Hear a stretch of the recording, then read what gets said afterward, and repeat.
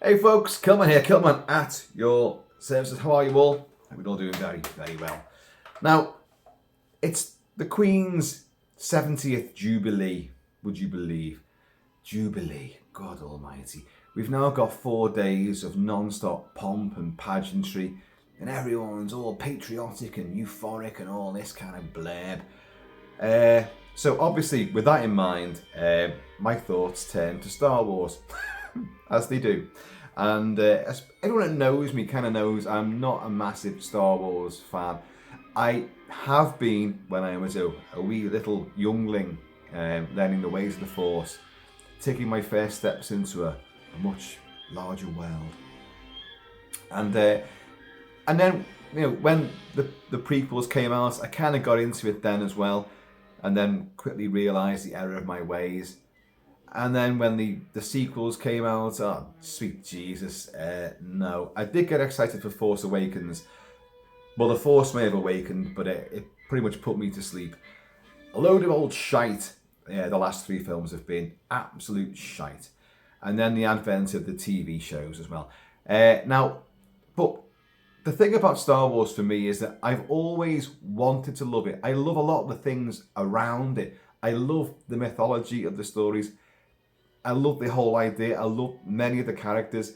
I love the music. We're playing John Williams' score for The Empire Strikes Back right now, which is perhaps my favourite of the bunch. I know this is the obvious one. Everyone always goes, oh, it's Empire Strikes Back, yeah, because it's darker. It's darker.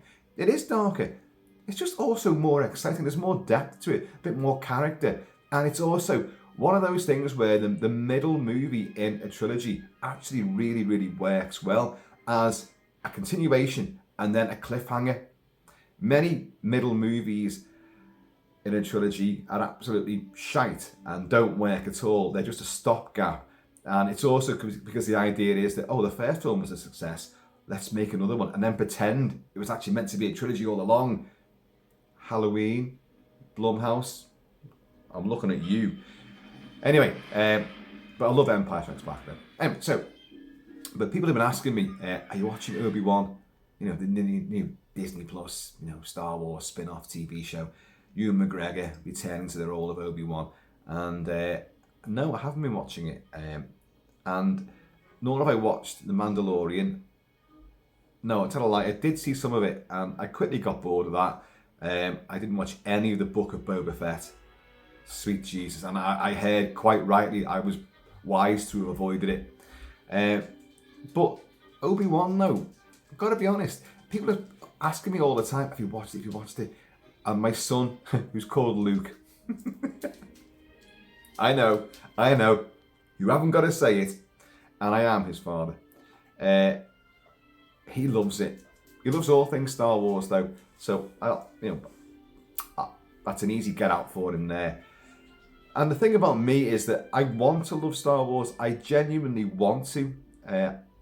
I always, when I was younger, loved Star Wars more than Star Trek. But as the years went by, I massively switched over to Star Trek. And Star Trek is infinitely better in so many ways. But it has the same issues. Bad films, bad stuff. It always happens, in the Star Trek universe. But Star Wars has had sort of infinite problems. The dialogue, the acting, and just, I don't know, the whole razzmatazz behind it has sometimes left me feeling kind of like very, very cold. So in a way, I feel a bit like, when in Empire Strikes Back, when the Millennium Falcon hides on the side of the Star Destroyer, and then when they release all their shite, and the Vulcan just flies out with all the rubbish, but Slave One goes with it. Millennium Falcon jets off, Slave One follows it, and all the rest of the shite just drifts off into space. I'm the shite that drifts off into space. I've been jettisoned and just left to one side. Oh, forget about him. He's a little cack anyway. So I don't feel like I belong to the Star Wars universe and the whole fandom at all. And the thing is, I feel like I should be involved in it. I feel like I want to be involved in it. But you should never have to, strive to love something. You either love it or you don't. So I'm in this weird limbo land with the whole thing. But anyway, the point of this is that I am going to start watching Obi-Wan. I am. My son raves about it. Everyone who's said, if you're watching it, they're all loving it. And don't get me wrong, I've looked on the forums. Oh yeah, I know bits and bobs about it already. So I know what I'm getting into. I like Ewan McGregor. I think he's great. I don't have any animosity towards Christian Haydenson, Hayden Christensen, Hay Christensen, Chris Haydenson Christensen, whatever his name is. I have no animosity towards him at all. Revenge of the Sith, which is being reenacted here behind me right now, had some great moments in it. The problem with the prequels, I find, is that the initial Star Wars trilogy, the original trilogy, is optimistic, it's hopeful, it's fun, it's young, skewed, but with dark moments, and it has a universal and entire family appeal to it. Mythology, fantasy. It's not quite science fiction when you think about it. It is fantasy, first and foremost, and it's wonderfully done. It's definitely very enjoyable. I definitely have a lot of affection for the original trilogy. The problem with the prequels is that it then turns everything too bloody serious and po-faced. You've got politics, which is a load of complete bullshit, the politics in it. If you're going to have these serious issues in it, don't water them down for the kids, because the adults it doesn't make any sense to the adults. It just becomes stupid and very, very tepid, with the extra little bits of violence as well, and then bringing in, Boba Fett's dad and all, and how Palpatine gets unearthed as being, the Emperor, and all this kind of stuff, like Darth Maul getting cut in half, and all this kind of stuff. There's greatness there, but by trying to be serious with it and take it all to really, really, grandiose levels, it actually really watered it down and made it even more pantomimic and silly, more farcical. So no, the prequels, despite some hefty visual effects and some interesting set pieces certainly throughout, no, I'm out. And the ones that followed are, well, as I said before, they're utter shite. Cannot stand them. Will never watch them again. But I am intrigued. Sorry, I should say Rogue One. I did enjoy that, and the reason being because it told the story of a bunch of characters which you did not know. It wasn't chiseled into, we've got to have a name dropping here, we've got to have a cameo appearance by this person. It wasn't, it was completely new, although it told a story that we'd all heard about. But it told it really well. It's a war movie, a proper intrigue and commando mission war movie, and it was great. Plus, as a real extra bonus, you got Darth Vader kicking severe ass, and it bled into Star Wars A New Hope really, really spectacularly well, and I did enjoy it. And the score from Giacchino, actually I should be playing that, thinking about it, that was rollicking good stuff. So now you get these spin-off TV shows. As I say, The Mandalorian, everyone seems to love The Mandalorian, mainly because of the product placement of little baby Yoda, or whatever. I mean, is he Yoda? I don't know, you tell me. Looks like Yoda. I'm pretty certain that's what, in the vast majority of people that saw The Mandalorian and they bought all the toys and all the figures and everything that had the little face of this little fucking thing, we're just thinking, it's Baby Yoda, it's Baby Yoda. That was a massive marketing ploy. So, sorry Pedro, I'm out. Now, then you got the Book of Boba Fett, and oh my god, I watched the trailer for it and I thought, absolutely no way am I going to put myself through this shite. And as you know, I loved Boba Fett as a kid. We all loved Boba Fett, even though we did virtually fuck all in the original trilogy. Fuck all. He's far better in Robot Chicken, Do watch that, like, hey, meant to do it. He's brilliant in Robot Chicken. But so Book of Boba Fett, and I've heard nothing but slagging it off. That's all anyone's ever done about it. But this did look interesting, and the fact that Ewan McGregor's returned to it, and he's also sporting the same beard that I've got. And I thought, okay then, might do this. Because I've thought long and hard about it now. Because people just, you've got to watch it, or you'll love it. No, it's different. It's different from The Mandalorian. It's different from Boba Fett. Oh, no, it's more serious. It's more serious. And it ties up all the dots between Revenge of the Sith and A New Hope. Yeah, all right. And then my son's going, no, you'll like this. You'll like this. It is different. It's darker. It's more serious. So I'm gonna do it, folks. I'm gonna dive back in to Star Wars and see what I think, and I will report back. No one gives a shit. No one really cares if I like it or I don't like it. But it'll be interesting for me to just return to that universe. Although I'm sick of Tatooine. That's the other thing. I'm sick of Tatooine. What is it that the fucking Anakin said? Like, I hate sand. And I'm sick of sand. Well, we're all fucking sick of sand. Stop showing Tatooine. It's as Kenobi says to Luke Skywalker, you've taken your first steps into a larger world or bigger world, whatever it is.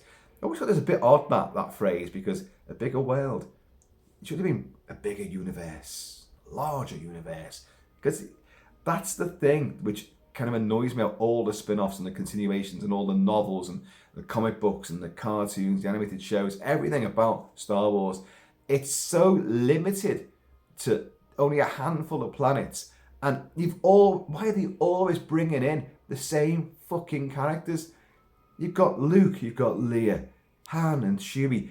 It's such a big universe out there.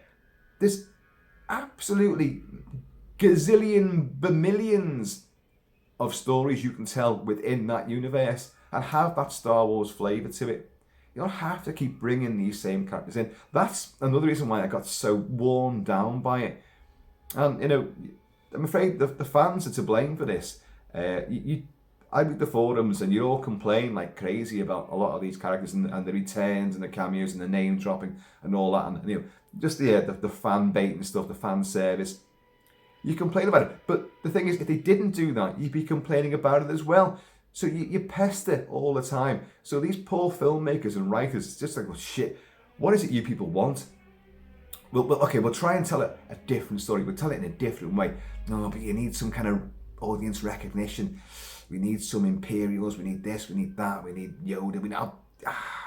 So inevitably, they're going to try to please everyone all at once, which is something that, it's physically impossible to do. So, that's why you get these hodgepodge ideas, which in the end come across as half-baked and just repetitive. And, oh God, here we go again. Where are we? Tatooine. Oh, Jesus Christ.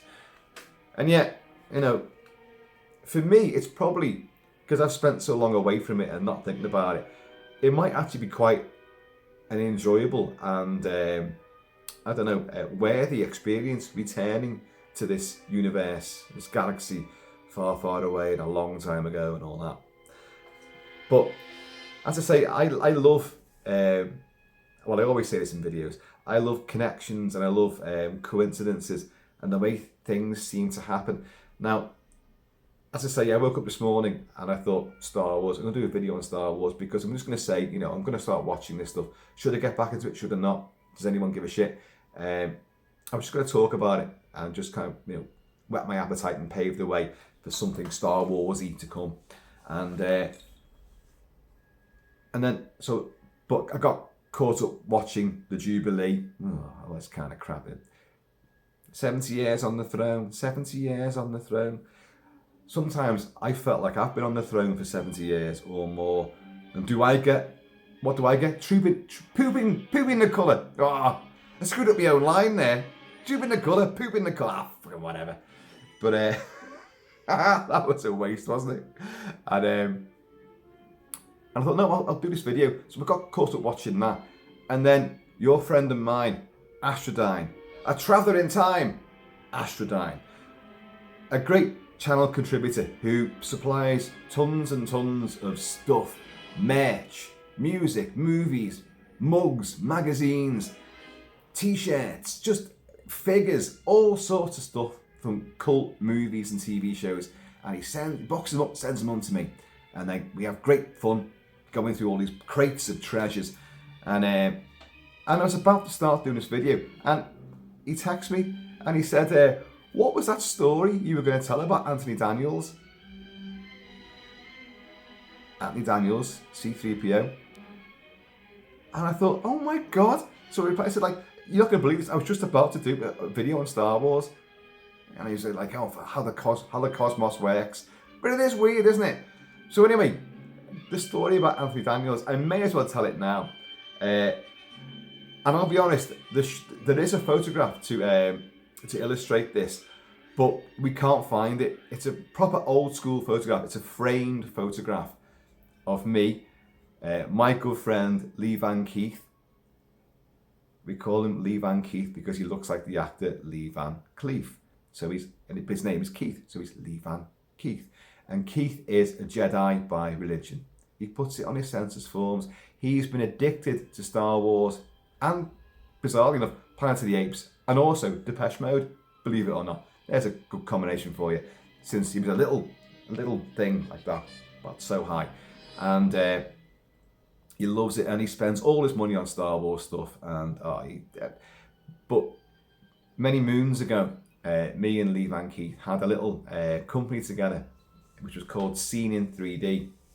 And seen as in movie scene, seen in 3D. And we lasted about 18 months. We had business grants and all sorts of stuff like. And and what we did, we manufactured and sold action figure stands. What we did, we had the designs for them, the measurements for all the Star Wars figures, Lord of the Rings figures, Shrek figures that just come out at the time. This is the early 2000s we were doing this.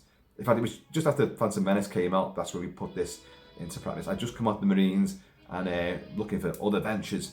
And so, this is what we're going to do. Seen in 3D, business grants, using, oh God, we had what do you call it? A big press, a vacuum press, what do you call it?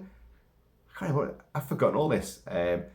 One of these great big metal things, anyway, which pumps. You put the resin and the plastic in, and you've got these great big steel plates which get pumped together, boom, boom, boom. It makes these little stands. Oh, what's the name of that machine? Can't remember. Oh God, it's going to do my head in that. In the meantime, I'll have a speak of this. And we made them for the vintage Star Wars figures, the original ones from the Kenner, where the legs came together like that, and they had the bigger holes in the feet. So, but the legs come together. So it was a smaller stand with a bigger pin on it. So we had them, and we did them in multicolours, all your colours. We did them clear, we did them black, we did them mosaic. We could do whatever you wanted colour-wise, and we did them for the newer figures, which came out in the wake of the newer figures from the 80s and 90s onwards. And then obviously from the prequels onwards, which had more stances, but the legs would be further apart and they were more articulated, but they had a smaller hole, so it was a smaller, narrower pin that we'd have. And so we could do any combination you wanted.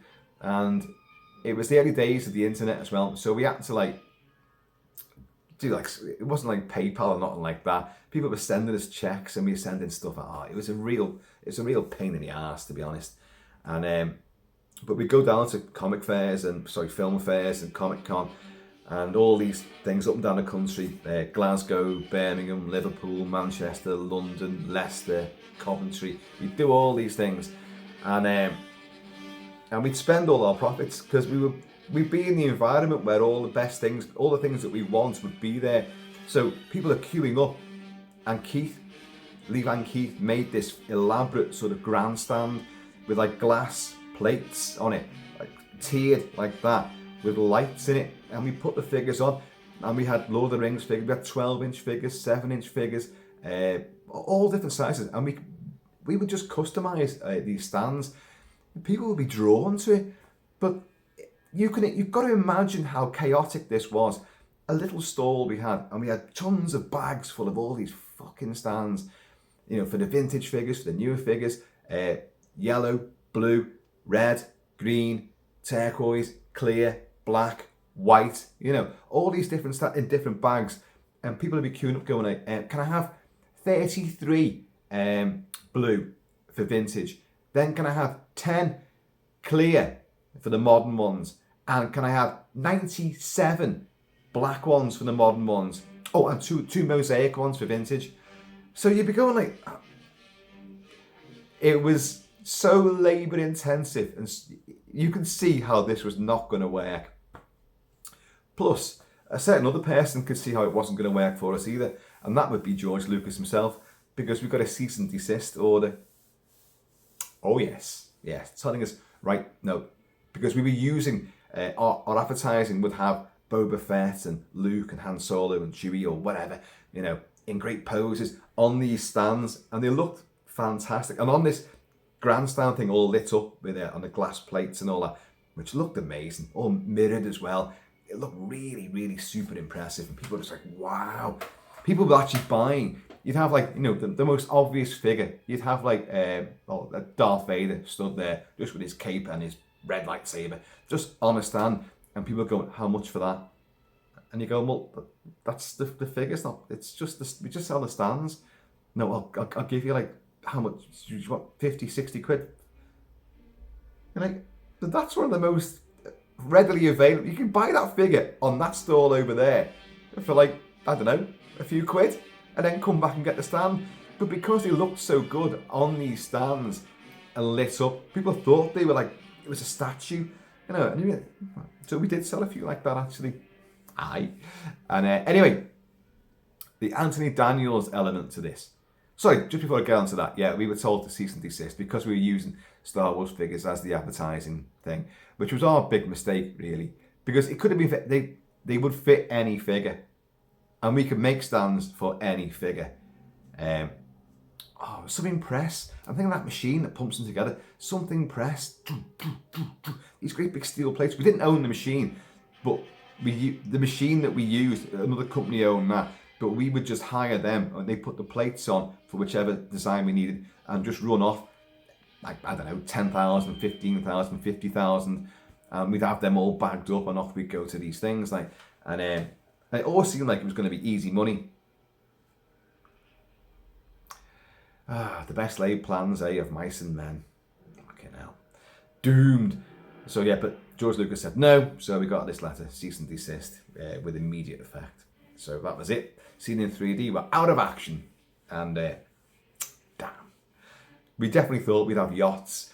And I remember me and him our little forward-thinking plans.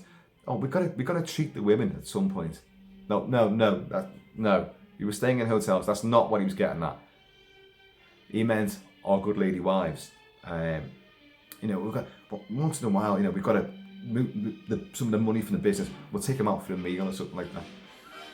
There was never any profits because we spent it all when we were at these things. I was buying posters and props and figures and books and magazines and costumes. I was buying all sorts, loads of swords. I got a lot of gladiator stuff at the time, and he was buying all Star Wars stuff. So we had no profits. The profits all melted away into us buying more shite for our own collections. Anyway, so we were there, and I think it's London. Was it London? I think it was London. It wasn't Glasgow. Anyway, all the usual people were there. Warwick Davis was there. Dave Prowse, sadly now gone, was there. Certain X-Wing fighter pilots and fucking Imperial officers. And the guy that played the original Boba Fett, I forgot his name. I forgot his name. Something, Jeremy Bullock, was that it? He was there. And all the usuals and TV people were there and all that, with queues a mile long to spend 50 to 60 pounds or whatever for a glossy pre-signed picture. I've never been into autographs and that shite. Doesn't interest me at all. I'm not queuing up. I don't care who you are. I'm not going to queue up for you. And we met loads of celebrities and that, just because we were there. We were there before the crowds came in and all that. So you met these people. And they come around and walk about and have a little word with it, which was always great. And it was during a quiet moment, kind of early doors, when Anthony Daniels came walking down our aisle. And there he was, in a very dapper suit. And Keith, who just loves anything Star Wars, I wasn't too fussed, I wasn't asked. But Keith, he went, that's Anthony Daniels. He said, Anthony, that, not Anthony. Keith goes, Anthony, like that, like Ant-knee. Anthony, and he just went, he looked at us and he sort of just went, and then began to walk along. He said, can we get a picture with you? And he was just like, he didn't want to do this. So he began to hurriedly walk down this aisle. So we left our stall and we chased him. And we chased him up and down, aisle after aisle. But the thing is, anyway, all the while shouting, Anthony, Anthony, Anthony, Anthony, wait, Anthony. And I've got to show you, he ran away from us. But he ran like C-3PO. He was running like that and looking over his shoulder and going down different aisles. So we split up and we caught him actually at his desk where there was they opened the door. You know what these things are like? You get in for the early doors and the queues just form for all these people for these autographs and that. And they're going on for miles. And they're all there, all the families and kids and people dressed as Klingons and people dressed as stormtroopers and all this sort of shit. And we caught him there and he had 2 people in his entourage who looked like bouncers. And obviously these people are all going to pay top whack for all these glossy pictures which he's pre-signed. And we caught him with these 2 guys who were like, Anthony, are you all right? And he went, yeah, yes. And we went, look. And we had our Seen in 3D t-shirts on, and obviously our, stall holders' passes were on it, our badges, our officialdom were there. We were Imperial officers. And he went, oh no, we just want to get a picture. He came to our stall, we were saying, and he was going like, so, again, it was before using your mobile phone for pictures. Well, mobile phones were out, but you couldn't take good pictures on them. And so Keith had a proper, camera. So he went, quick picture, Anthony, all right. And so in all the panic and all this confusion, and these 2 guys who were big burly guys who were his sort of bodyguards, as it were, I went, can you step aside?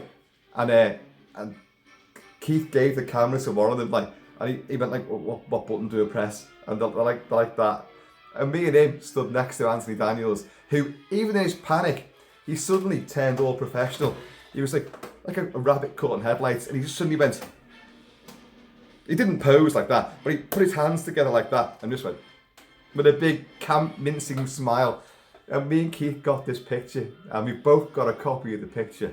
And I've got it framed, but I can't find it. I genuinely can't find that picture. I am going to scour the house and find that picture. I would have put it up on this as the thumbnail, but or just shown you. But it's great because we know the panic that he was in, and yet it looks just like he's just gone. His usual professional face. Then he was absolutely shitting himself, but he was running like C-3PO. His little fucking arms were out like that. It was absolutely hysterical. And you've also got to remember, you've got all these queue of people who are now going to pay because you can't. Well, I don't know how it is now. I go to Comic-Con now, but I don't have a stall anymore, and I don't look at the anyone doing the autographs. I'm not interested. Just doesn't interest me at all. But you couldn't take your own pictures. You had to buy one of their pictures. That's the way it worked, and it seemed like a fucking great big scam to me that. And yet I did speak to Dave Prowse a few times, and although in the last few years of Dave Prowse's life. He was on the up and up, and that sounds a bit weird, I know, but I'd seen him throughout the early to late 90s at these things, and he'd be in Manchester in the Satchers Hotel, which is a little shithole. The Satchers Hotel for just a bog standard film fair, and he'd be sitting there. He'd have like a little Tupperware, packed lunch with him, eating his butties on his own. And no one would show any interest in him at all. And I went over and I said to him, oh, Dave, are you alright? This is going back years. Dave, you alright there? And in his West Country accent, we had a conversation. And he was great. And I never actually bought a signed autograph. I didn't do anything like that. But I did, pay my respects to him and talk to him. And then in subsequent fairs up and down the country, I'd see him again. And we kind of knew each other, so we would talk, and he was great. In the last few years, I felt very sorry for him, and he looked very ill. Now, this is way before he actually did pass away, but in the last few years before he did, I'd see him at these things, and there'd be queues. So it obviously, everything turned around. I go, well, you know why? Because obviously the bloody prequels came out and everything, and massive renewed interest in all things Star Warsy. So he was doing well for himself, but he still let on. That was a good thing. If I saw him, and even though I looked way a bit different then, but it still let on to us, and it was great. But so all this crowd are there, and they're like, and there's people queuing up at other stalls for other different, celebrities. I'm using that word very loosely. And but Anthony Daniels' crowd, you can see they were not happy with this, because they're thinking they just got a picture. They just got a picture with him, and it does look good, because he's just the little look on his face, like. And then the minute the flash had gone off, like, he was behind that table, and we got the camera back, and there's two guards stood beside him and all that. I didn't notice any other sort of close protection guards with anybody else. Why did he have them? Very strange. But that's the Anthony Daniels story. Because I did mention this a while ago, and I said, I'll tell you about that one day. But Astrodine just said, oh, what's that Anthony Daniels story you were going to tell us about? And I went, I'm going to talk about Star Wars. Oh, I might throw that in then. But I said, I'd quick look for that picture. Can't find that picture anywhere. So anyway, I don't know. But there you go. Maybe it's some kind of Jedi trick. It's actually in front of me all the whole time, like, but I just can't see it anymore. That is not the picture I'm looking for. But yeah, Star Wars. The music's excellent. The whole overall story is excellent. It takes as its foundation a lot of Greek, Roman myths, and of course a lot of Japanese movies as well. Hidden Fortress and things like that, and many other things as well. But that doesn't. I'm never going to use that as to slag it off, because you take all stories. There's only like 7 different stories you can tell, but there's a million ways of telling those stories.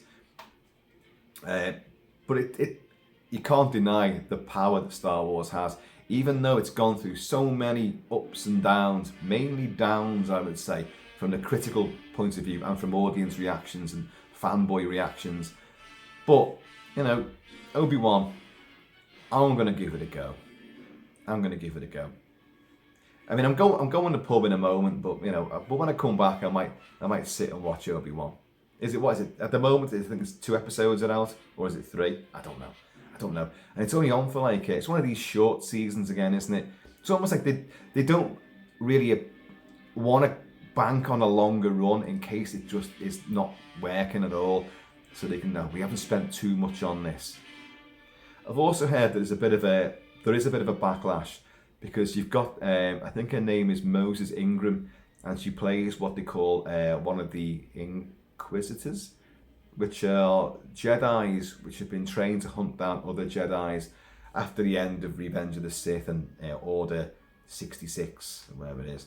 And all the Jedi being wiped out, because obviously Obi-Wan is in hiding on Tatooine, making sure that Luke is watching over Luke, but from a distance. I mean, I know all about this thing, but these Inquisitors arrive, and they're hunting down Jedis, and this it's a woman of colour playing. I'm not sure what she's called actually, but her real name is Moses Ingram, and she's been getting absolutely tons of flack from these internet cowards that just want to hurl racial abuse. It hasn't got to be racial. It's just abuse at somebody because they don't fit what they think, what their ideal version of Star Wars or whatever the bloody show is going to be. It doesn't really matter, show or the film. They'll vent their frustration because everybody now got access to social media. So, but they've really been coming down like a ton of bricks on her, which I think is diabolical and absolutely cowardly. I have heard that she's not that good an actress, but I think I've also heard that the dialogue that she's been given, and all the Imperials in this, and these Jedi who are working for them, the dialogue's pretty naff. But it's Star Wars, and even I am not going to just come to this thinking, no, I've heard this one's a lot more serious. This one's a lot better than what's gone before. It's really worthy. I know what Star Wars is like, and the dialogue is often mostly crap. Risible, juvenile stuff. I don't mind that. But you've got Joel Edgerton is in here as well, playing Lars Baru, who's the surrogate father for Luke, you know. And I think he's a wonderful actor. He's a tremendous character actor. So you only saw him briefly in at the end of Revenge of the Sith, when obviously the baby Luke is given to them, you know, in hiding. So, you know, and I think he's a great actor. We barely saw him in that. And after that, he made many, many great movies. So you've got Ewan McGregor, who I admire, and you've got Joel Edgerton there already. You know, you've got two big hitters. So you can guarantee there will be good performances there. Well, I'm saying this. A lot of you have probably seen it and going, well, actually, Kilt-Man, they stink. It's that woman you're talking about who's actually the best one, isn't it? I'll find out, and I will report back. I'm looking forward to it now, actually. I've been talking about all this. I've kind of got all Star Wars'd up, you know. I'll go get my lightsaber down. No, I do know where that is. I have the master replicas, Luke's lightsaber from Empire Strikes Back. It is fantastic. Just the noise of it. Mind you, it does need. I know it needs new batteries, so when you flick it on, it's kind of like the light's a bit on the bland side. It's not quite as dynamic, and it just goes, instead of going, it just goes as the light just crawls through the tube and gets to the end. And then when you hit it against something, it should go. It just kind of goes, oh, do I have to? Oh, don't hit me again. It just goes. New batteries are in order. Anyway, folks, Star Wars. Are you guys into it? Do you give a shit? Should I bother? Should I not? Who fucking cares? But cheers anyway. And I'm going to see you all.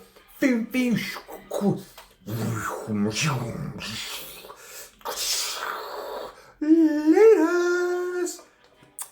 And yes, may the Queen's Jubilee be with you.